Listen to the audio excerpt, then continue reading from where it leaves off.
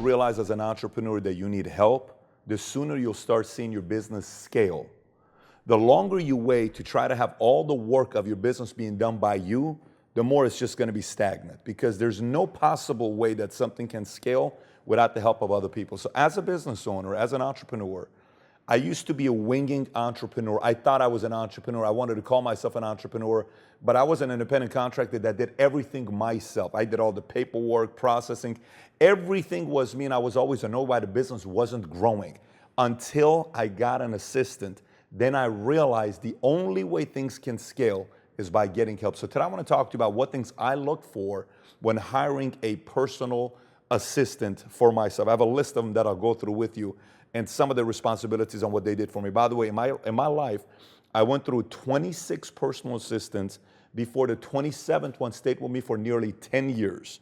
26 before the 27th one stayed with me for 10 years, and then many of them stayed with me for 7, 8, 9 years after the 26th one. So here's some of the things I look for when hiring an assistant. One, I'm not looking for somebody that's extremely sensitive.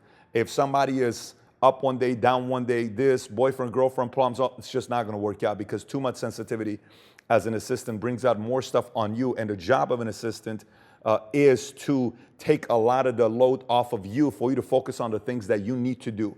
Two is understanding the word secretary, what it means to be a secretary.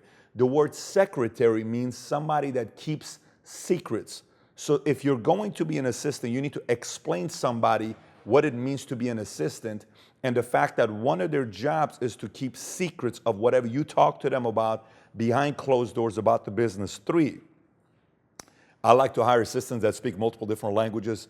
If you do, it's more level, especially whatever your market maybe that you're dealing with in your business. If it's Hispanic, if it's Tagalog, if it's Asian, if it's Middle, Farsi, Armenian, it doesn't matter what it is. You want to be able to have somebody that speaks multiple different languages, especially in your market.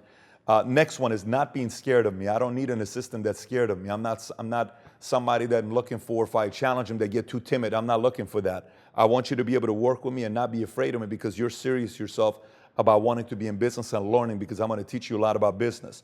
Another one is willing to tell me the truth. If you're scared, you're not going to tell the truth. If you don't tell me the truth, you're delaying a problem that should be solved today that 3 months later is a bigger problem. That's going to cost me a lot of money. I need you to tell me the truth when there's issues that come up. Another one is not panicking. Panicking just creates more panicking for everybody else. I want someone to be calm, collected, that handles issues very well. The temperament is very solid. There's not a lot of panicking going on. Great on the phones. You got to be great on the phones. If you're afraid of phone calls, if you're afraid of making phone calls, that person's not somebody you want to have as an assistant. I would typically, when I would hire somebody as an assistant, I would tell them, make some phone calls right in front of me and use a script. If they were awkward or uncomfortable, I don't even have time to teach the phone calls, because either somebody is comfortable making phone calls or someone needs to be taught how to make phone calls.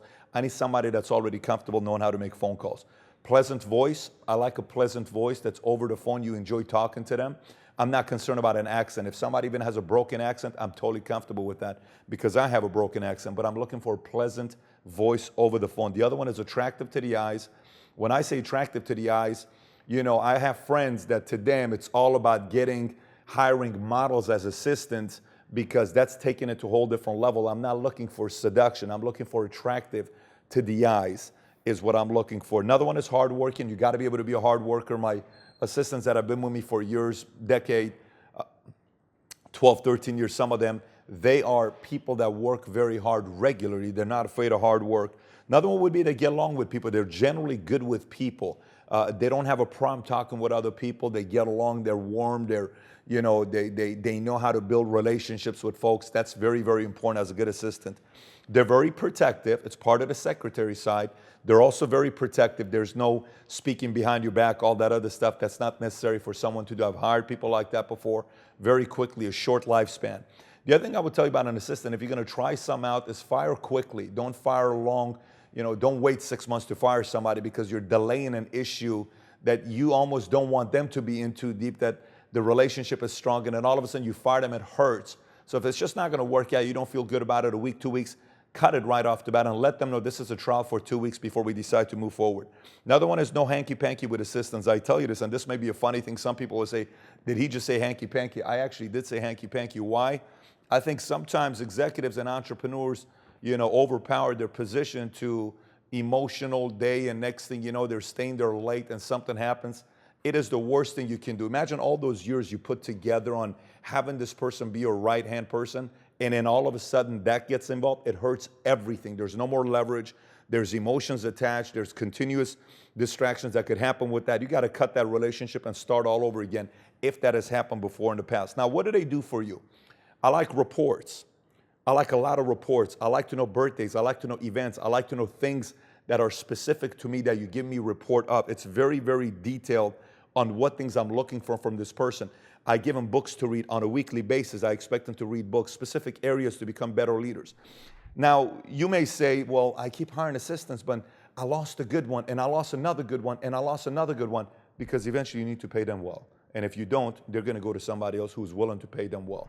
You may not be able to hire an assistant right now and pay them 20, 30, whatever bucks an hour, but eventually you need to do that to keep them, because there needs to be a victory for them, long-term benefit of working with you.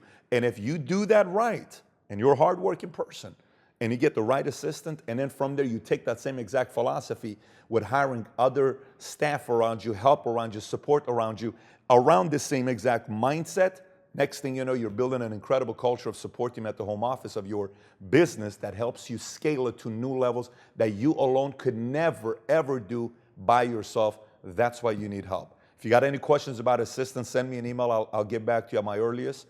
Or comment on the bottom. If you haven't subscribed to this channel, be sure to do so as well. Thanks for watching.